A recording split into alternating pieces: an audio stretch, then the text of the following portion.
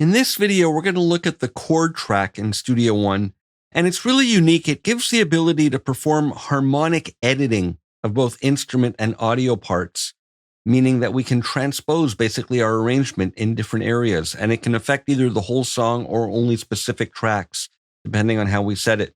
Now, the first thing we need to do is determine and set the key signature of the song. Now, I happen to know that this is just sort of a one-chord vamp in G minor, and it's in the key of G minor. So I'm going to click in this key field here, and it opens up this chord selector, and I'm going to simply click on G minor. And if you're not sure of the key of the song, you can always select an event, for example, this organ part that has chords and harmonic material in it, and then under the event menu, you can go detect key signature, and it'll do it for you. Now, I'm going to show the chord track by clicking on this icon over here. And we see a new track. Let me just hide the arranger for a moment. And there's the chord track. Now, what you want to do first is populate it with the chords of your song. And there are several ways to do this. I'm going to start by using the paint tool, and I can hold Command, of course, to toggle that. And I click in there, and it, by default, places a chord of 1 bar that is set to the root of the song. Now, I can resize it however long I need. And in this case, I know it goes for the whole song. But in most cases, you're going to have chords changing every bar or two. Now, maybe my song doesn't start on G minor, even though it's in that key. You can edit it by double-clicking, and you'll get this chord selector dialog box where you can select among any of these chords. Maybe it's starting on a D minor, even though it's in G, and I can click here. Maybe it's a D minor, add 9. And you can add extensions on by holding the Alt key.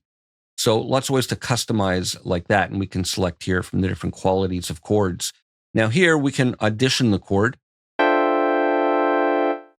And that's playing back based on some parameters that we have set here. We have this audition chord, and then we have which octave we want it in. I'm going to set it for an octave lower. It sounds better, but there's that D minor 11 chord. I'm going to set it back to G minor, however, since that's really what it is. And it's kind of a G minor 7 chord. That's the tonality of the song. Now, we also have this option here to enable an instrument input in order to play in the chord from a keyboard, for example. Or I just played B minor, and I have the organ sound loaded up, and it correctly identified that. I want to go back to G minor. So you can play it in rather than selecting, and leave that off. And then we have arrow keys to step through all the chords on the chord track. Of course, right now there's only one. Now, we can also extract the chords from actual instrument parts. And for example, on an audio track, like for example, this guitar, I can right click and go to the audio submenu and go to detect chords. It's analyzing it, and there it's detected it as G minor. We can see it down there. And I can further right click, and in that same menu, I can go extract to chord track, or I can apply the chords from the chord track to this guitar part. And you can see it's now placed it in the chord track. Now let's take a look at the chord inspector. When I click in here, this updates. We can specify the default instrument for the chord audition feature here. And we can even choose an instrument or preset from the browser and drag and drop it into the header of the chord track. And that'll be the new default instrument for auditioning chords. Now, this audition checkbox is linked to the speaker button in the chord selector that we looked at a moment ago. And we have play track, which enables us to hear the chord track play along with the song. So I'm going to put it on. If I hit play from the beginning, we'll hear this G minor chord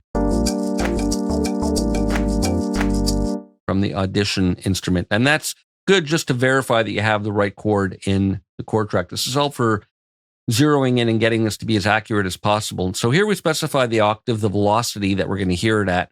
And here the key signature can be set for the song, and it's tied to the key signature here. Now we have a list of all the chords in the chord track. Right now there are only 2. And then we have a little inspector here with the start and end position of each chord, and we can edit them from here or open the chord selector. And we also have a contextual menu. If we right click in here, we can set the color, and we can optionally modify the chord parameters here as well, and transpose the chord, clear the track, cut, copy, paste, duplicate, for example, like that. Very intuitive. And we can set the color here as well in the inspector when we click in the color bar up on top.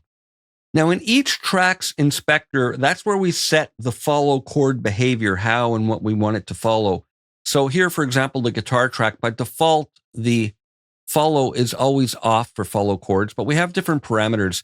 When we're in parallel, this I don't think will work specifically well for this song, the chords are shifted in parallel. So it lines up the root note, and then it sees the target chord that we put into the chord track, and it just shifts everything up and maintains all the same intervals. So it could result in out of key chords if you're going from a minor third to a major third. So that may or may not work.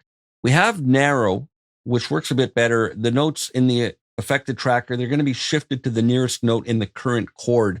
So if I put another chord up here, it'll just shift the notes in, for example, on the guitar track, up to the current or closest note that it needs to be for the destination chord.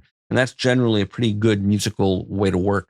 We have bass, which is a special algorithm for monophonic bass parts, where all the notes are shifted to the bass note specifically of the target chord. And then we have scale and universal, and these for audio tracks only. In this mode, the notes on the affected track are going to be snapped to the nearest scale in the target chord, which could be interesting, but it's not necessarily going to be a chord tone. And universal is the most general one. It doesn't even need you to use the chord track. In this mode, the notes in the track are forced to follow the scale of the target chord. I'm going to leave this one in parallel for now, but let's go through these tracks. The bass, I'll put that one into bass mode, and you'll see the audio options aren't available there since that's an instrument track. For here, I'll set this to narrow as well. I'm not going to transpose the cowbell shaker or drums or the hand claps. And the guitar we've set to parallel, which is not what I want. I want to put it to narrow. And then we have tuning modes just to tweak how the transpositions work. I'll set this one to guitar. So now that we're set, the fun starts. Let's try transposing our piano solo. So I'm going to double click this and let's try going to F and F major. And let's see what that sounds like. I'm going to play it from a couple of bars before and we'll hear the key change.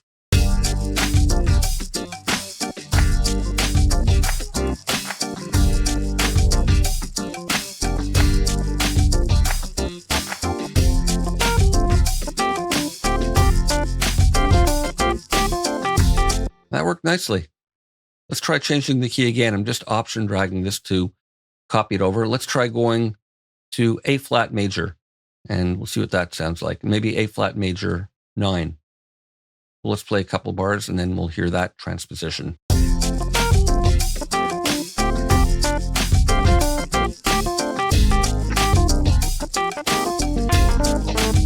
Interesting.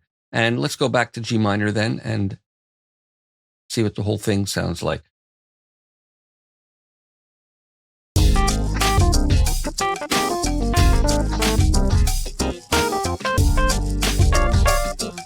So you can see how you can get some creative experimentation in here. And once we open up the chord selector, we can go back and forth through the chords and then preview them. So you can get an idea of how the chord progression works following each other. It's not only a lot of fun, but also potentially very creatively stimulating.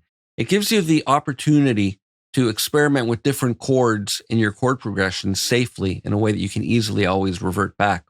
I'll see you for more in the next video.